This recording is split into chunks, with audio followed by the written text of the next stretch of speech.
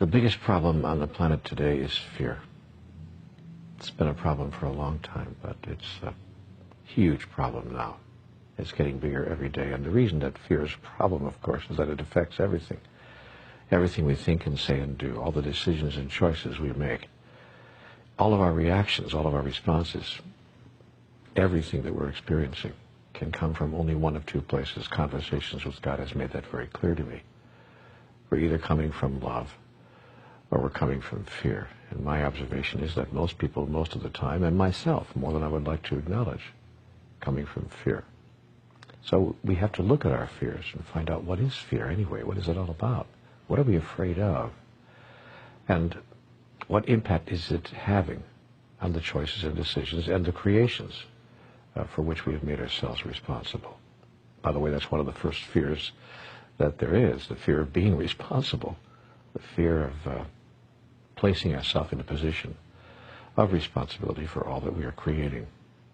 So fear is the first aspect of the human experience, as I understand it, that we need to work very hard to heal, and I might even say to transform. You transform fear, and you transform the world. Now let's take a look at what it is that we're afraid of. First of all, as I observe it, we're afraid of life itself and so much that goes on in life. We're afraid of life because we're afraid of death. Conversations with God says that all fear, ultimately, is a fear of death. If you're not afraid to die, then you're not afraid to live. But how can you not be afraid to die?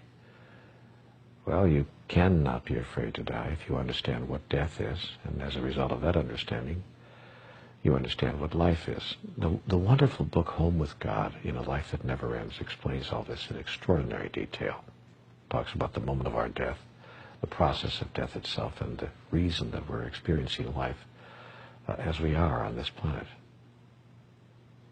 I would suggest that anybody who wants to know more about this particular subject take a good look at that book. It's very difficult after reading that text to be afraid at any deep level of dying. And when that fear goes away, as I said, then fear of life disappears as well. We're afraid of nothing and no one because, and there's a very good reason why, see, all fear is based on the idea that we need something. That's what fear is, really. You want to know what fear is defined? The definition of fear is the thought that we are not going to be able to have something we think we need. It's as simple as that. A person who doesn't need anything has no fear of anything. When I don't need anything from you, I don't fear you. When I don't even need my own life, in a sense, when I don't think that I need this particular version of life in this particular physical form, then I'm not afraid even if you kill me. Then I really don't need you for anything. I don't even need you to stop killing me.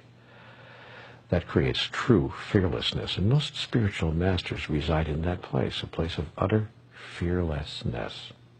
So when I begin to look at my own fears and begin to feel them, and when I have an idea that my fears are starting to, how do I say this, overcome me, overpower me almost, paralyze me, because all of us have been paralyzed by fear at one time or another.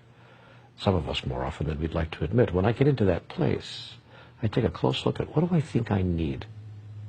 What is it that I think that I need here? Because that's what it is. Fear is need announced. So I look at, what am I thinking that I need? And is it possible that I really don't need that? Could I get along without it? What would happen if I didn't have that? What would happen if I didn't receive that? What would happen if what I think I need, I didn't experience or couldn't experience?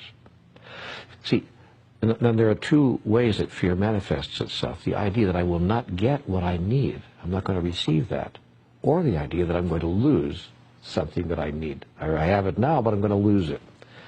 And that's most often presenting itself in human experience, as I observe it, in relationships. It presents itself in other ways as well.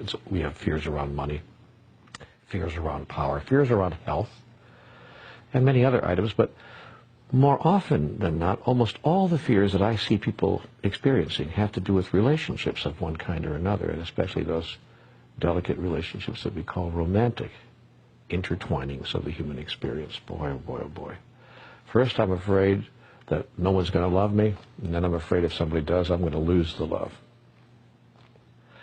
And how I solve that, when I do, except when I don't, but how I solve that when I do, how I get into a place of what I want to call spiritual health is when I understand who I truly am and that I actually don't need the love of another or any other in order to experience who I truly am, in order to experience serenity, peace, joy, happiness. Every time I think that my joy is obtainable, or that I'm sourced with my joy, that my joy comes from someplace outside of myself, I get into fear. Every time I'm clear that the source of my joy does not exist outside of myself, but is given to me, from me, by me, my fear disappears. And here's the irony of that. I then become much more attractive to people, and what I was afraid of, that people would walk away from me, in fact, doesn't happen. The reverse happens. People are attracted to me, because all people are attracted to other people who are firm and strong, not arrogant, but aware, and reside deep inside of themselves, because nobody likes to be needed. Because if I feel that you need me so much, then my next fear will be I can't give you what you need, and that's why I'll lose you, you see. So people who present themselves to the world as serene and peaceful and joyful and innately happy, these are people we say are together, they have it together. These are people who are aware that their happiness, their joy, and their peace comes from within.